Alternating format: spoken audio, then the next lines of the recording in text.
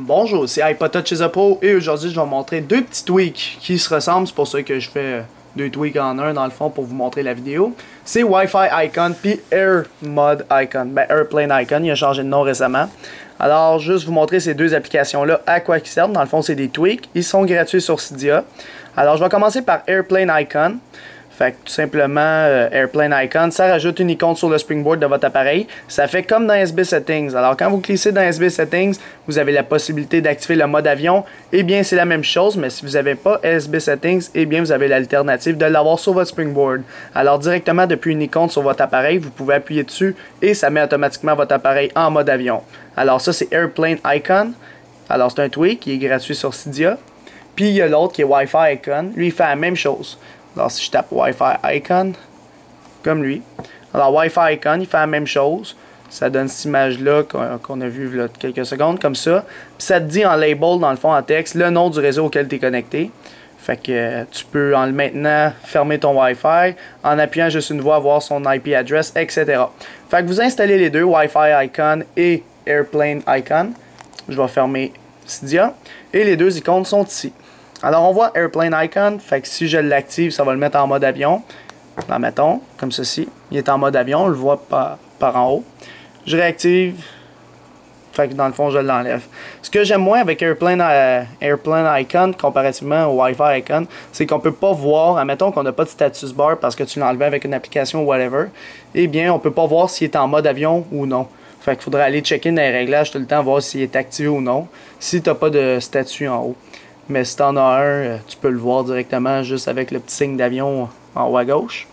Alors c'est pas plus simple, c'est pas plus compliqué pardon, pour Airplane Mode, pour cette application-là. Puis maintenant, on voit que le Wi-Fi est à off, c'est vrai, il est vraiment à off. J'utilise le 3G, je profite de Rogers un petit peu.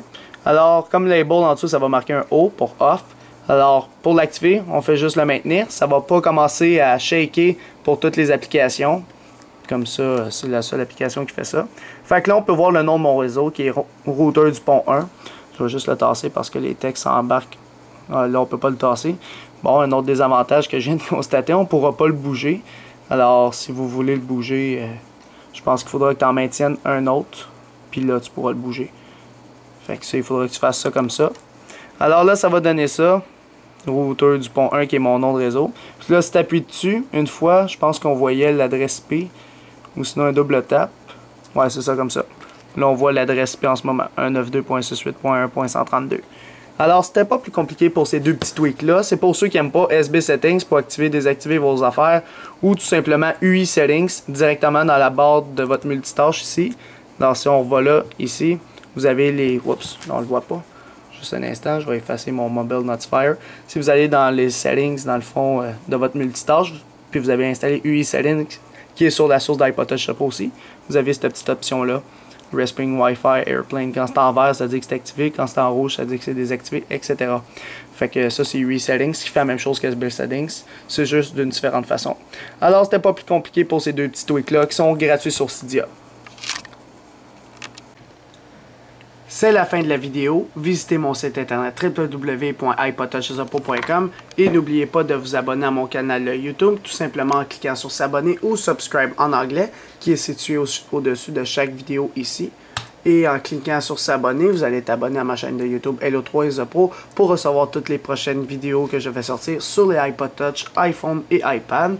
Et aussi, n'oubliez pas de me suivre sur Twitter pour rester actualisé aux nouvelles importantes le plus rapidement possible en cliquant sur suivre ou follow en anglais sur mon profil Twitter directement, comme ça. Alors c'est ça, c'était iPod Touch Pro. Merci.